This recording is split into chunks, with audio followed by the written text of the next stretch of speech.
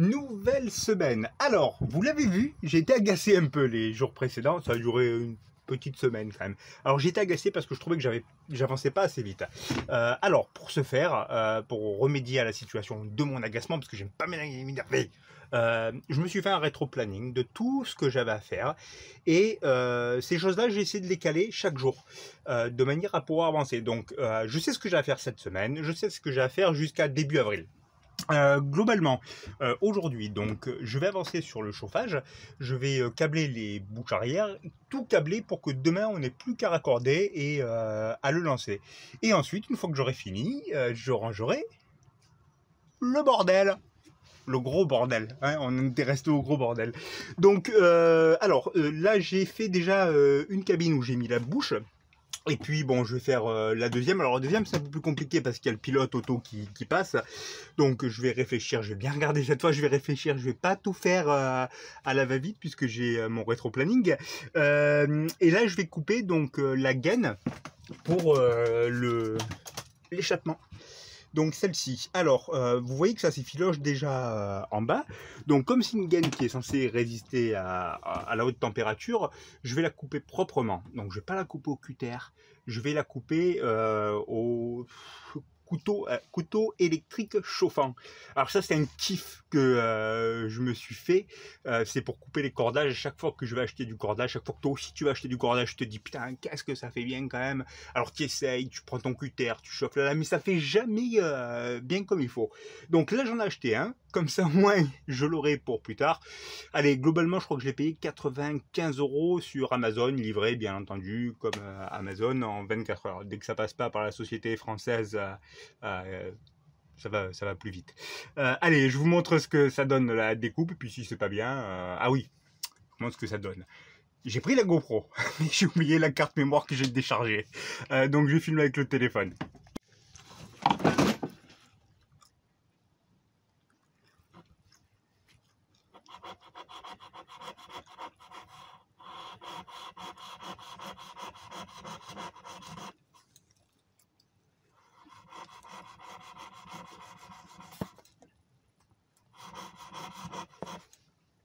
Dis donc, c'est épais le truc là. Allez, on reprend un peu. Voilà, c'est coupé. On va reprendre un peu les bords quand même.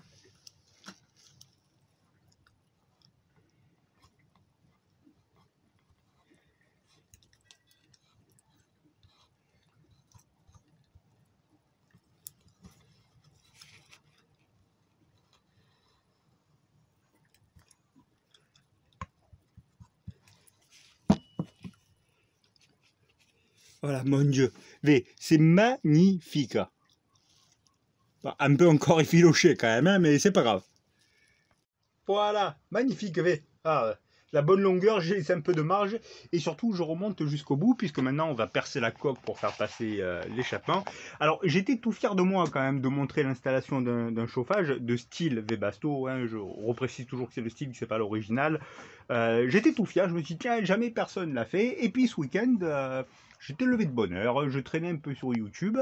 Et sur YouTube, je me suis aperçu que ça avait été fait, et il n'y a pas longtemps, c'est par Vie d'écume, je crois que c'est Yann et Estelle de mémoire. C'est une chaîne que j'ai découverte, j'avais jamais vu, c'est super sympa, ils sont rigolos et tout, donc je leur fais un petit coucou au passage. Mais voilà, en fait ils l'ont fait, alors ils l'ont fait très bien aussi, avec la manière en gaine classique. Ben voilà, écoutez...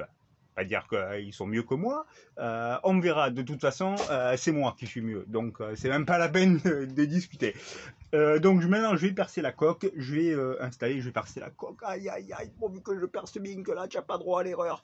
Et donc nous collerons ceci là, au Sika. Forcément pour faire l'étanchéité. Ah oui, pardon, vous voyez que nous avons fait un col de cygne pour si un jour je prends une grosse branlée de vague arrière qui vient de s'écraser contre le bateau, ça n'aille pas directement dans le chauffage.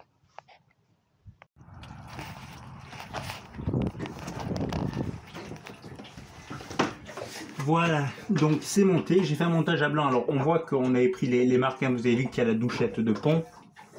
Donc tout est monté à blanc en fait hein, pour l'instant. Alors pourquoi c'est monté à blanc? Parce que le chauffage je le monte pas seul, je le monte avec mon voisin qui est aussi un ami, Doudou. Et Doudou il sait absolument tout faire sur un bateau, mais tout. Donc je veux prendre un petit peu son avis. Ça ici là, la partie la plus large ça fait 35, donc j'ai percé moi le trou qui est en 44 de manière à ce que je n'ai pas l'échappement qui puisse toucher les bords hein, puisque ça va sortir dans les 250-350 degrés à peu près. Donc j'ai redit vous m'avez rien dit hein. Donc je vais voir si je bourre une fois que j'aurai tout enlevé avec du mastic température 1200 degrés ou si la gaine suffit. Auquel cas je l'enfonce un petit peu plus, quitte à la refaire sortir un petit peu de l'autre côté et la couper propre, parce que vous voyez que finalement même au couteau, c'est pas génial. Donc voilà, je veux son avis, voir ce que l'on fait, mais bon, on voit que ça tombe pile quoi, hein. Donc ben voilà, j'ai fait les raccordements aussi, donc cabine arrière, tout ce qui part devant, côté bâbord, et il me manque à raccorder cabine arrière, et on sera bon. Qu'est-ce que tu fais là? Hein? Comment ça, qu'est-ce que je fais? Ben, je fais de l'électricité. Donc l'installation du chauffage, ça y est, elle est terminée. Non, c'est pas encore terminé. Ok, pas terminé, donc tu passes sur un autre chantier. Bah, bravo pour ton organisation, c'est bien. Odiou, je t'en pose moi des questions, je te demande pourquoi tu n'as pas encore rangé le bateau. Donc je fais de l'électricité parce que dans la prochaine vidéo, on va poser le désalinisateur. Donc forcément, il faut que je câble tout ça pour que ça soit prêt. Parce que le désal, on le pose la semaine prochaine quand même. Mais moi, d'ici tout à l'heure, j'aurais terminé. Par contre, toi, ça m'étonnerait qu'on puisse se chauffer ce soir. Ouais, c'est ce que je te dis, c'était pas la priorité de la journée.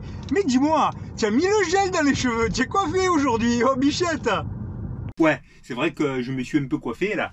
Ouais, parce que ça fait quand même presque une heure que vous me voyez mal coiffé. Donc du coup, j'ai décidé de faire un petit effort aujourd'hui.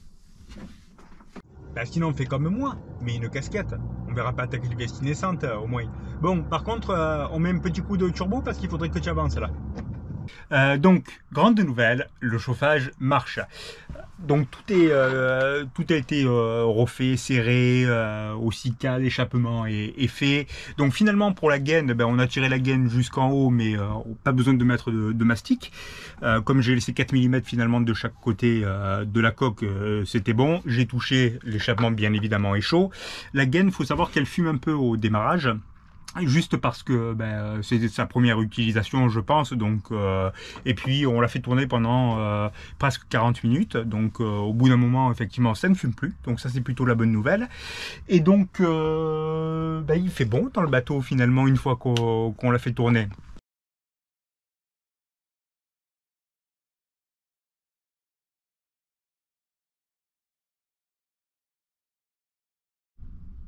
Donc la procédure, il va falloir d'abord amorcer la pompe.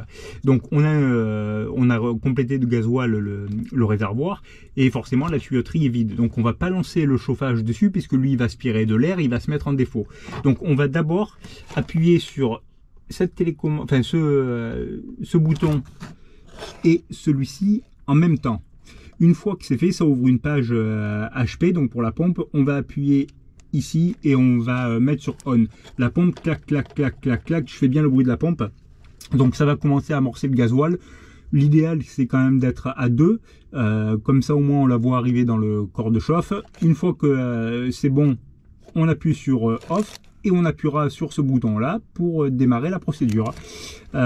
Donc on voit ici je l'avais réglé sur 25 degrés, vous voyez, donc on monte.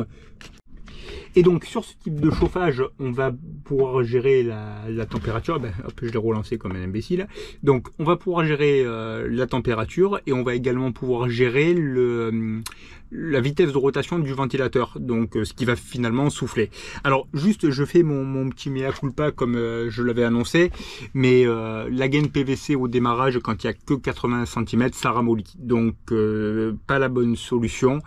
J'ai regardé un petit peu après sur toute la tuyauterie, donc la plus proche, hein, ce qu'il faut globalement c'est se dire on part sur 2 mètres, 2 mètres 50 et après on n'aura pas le PVC qui va ramollir, mais la sortie du corps de chauffe, ouais, ça ramollit. Donc pas la bonne solution.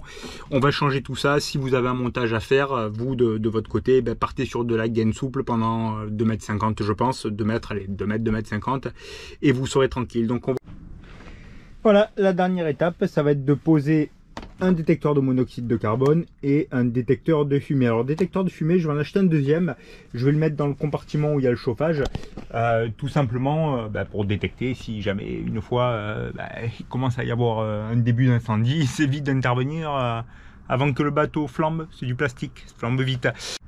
Ouais, juste quand même une petite précision avant d'arrêter de vous prendre la tête. Il fonctionne au gasoil, il fonctionne au rouge, enfin au rouge, le pétrole, hein, pas le vin. Ouais. Je sais, je suis drôle. Enfin, je me fais rire moi. À partir du moment, les gars, où je me fais rire, c'est que je suis drôle. Donc, on a dit gasoil au fioul domestique, donc, et il va fonctionner au pétrole. Vous savez, je crois que ça s'appelle pétrole lambant pour comment ça s'appelle, les petits poêles intérieurs à mazout, là, les tout petits là. Donc voilà, il fonctionne aux 3 et on peut mélanger, bien entendu, les 3 si on a envie. Compte tenu du prix du gasoil, à voir ce qu'on fait au niveau du choix. Sauf si vous êtes au Venezuela où le gasoil est même pas à 50 centimes. Mais si vous êtes au Venezuela, normalement, vous n'avez pas besoin du chauffage. Allez, cette fois, c'est fini. Merci pour votre visionnage et à bientôt.